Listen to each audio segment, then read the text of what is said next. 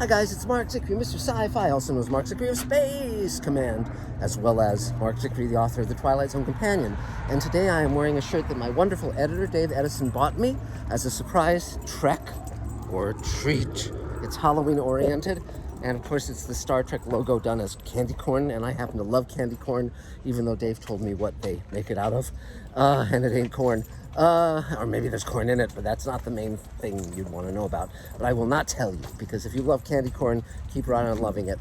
Now we are talking about the last episode of the first season of Twilight Zone, A World of His Own.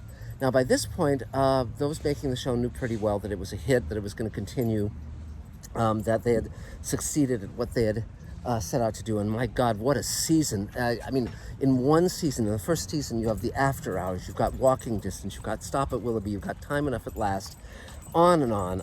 Just The Lonely, just phenomenal quality. And so this was the last episode, and I think by the time they got to the last episode of the first season, they felt they could be a little bit playful. Now, interestingly enough, Richard Matheson, who wrote it, is primarily known as a horror writer, which is an appellation he did not like. He felt that he should be viewed simply as a writer, and that horror was one of the genres he liked to write, as were westerns, as was a romance with Somewhere in Time. He wrote for movies, he wrote for TV, he wrote novels, he wrote short stories, novelette. This guy could do it all. But because he was a formative influence on Stephen King and many other horror writers, with such great works as I Am Legend and The Shrinking Man and so forth, that's what he was known for. And so those other genres they get noticed, like Duel is a great thriller. Somewhere in Time, of course, is one of the great time travel romances, science fiction. But World of His Own looks at another aspect of Matheson. And this is pretty fun, because when I first met Richard Matheson, when I was doing The Twilight Zone Companion, he was a very soft-spoken man with a twinkle in his eye, and everyone who knew him would always comment on his sense of humor, that he was a really funny guy, but that generally didn't get exhibited in his work. And in this episode it did. And so this is a script about a writer who dictates into a wire recorder exactly the same model that Rod Serling himself used. So clearly Matheson knew this, and he had told me once that he too tried, when he saw what Rod was doing dictating, he tried to do it himself, and he couldn't do it. So Rod was really a remarkable, one-of-a-kind kind of writer.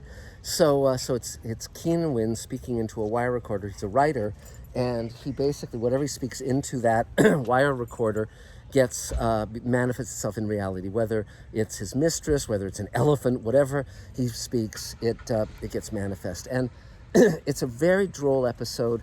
It's directed by Ralph Nelson, who directed Requiem for a Heavyweight, which also starred Keenan Wynn and Keenan Wynn's father, Ed Wynn, who earlier had been in the Twilight Zone episode One for the Angels. So it was quite remarkable. And the great fun of this episode, in addition to having this sense of a writer who gets caught by his wife with his mistress on his lap and has to come up with a rational explanation. And Phyllis Kirk, of course, is wonderful in the role as the wife, as is Mary Roche as the mistress. It also was the first Twilight Zone episode to, at its end, break the fourth wall. And what that means is, when you're watching a TV show or a movie, you're basically an eavesdropper on a reality that's self-contained. But when the audience, when the actors or whomever speak directly to the camera, to the audience, that breaks the fourth wall. This is also true in theater, of course. And so in this one, at the end of the episode, Rod Serling appears as a character in the episode, and he says, well, but of course, nothing like this could ever happen in reality, at which point Keenan Wynn pulls out an envelope and pulls out a bit of tape, because the envelope is labeled Rod Serling, and he throws the tape in the fire, and Rod Serling says, well, that's the way it goes, and vanishes. And so it's this really hilarious ending, and it's quite wonderful and quite appropriate to finish out the first season. So we are doing 104 Twilight Zone episode commentaries. You can be part of it. It's going to be an app.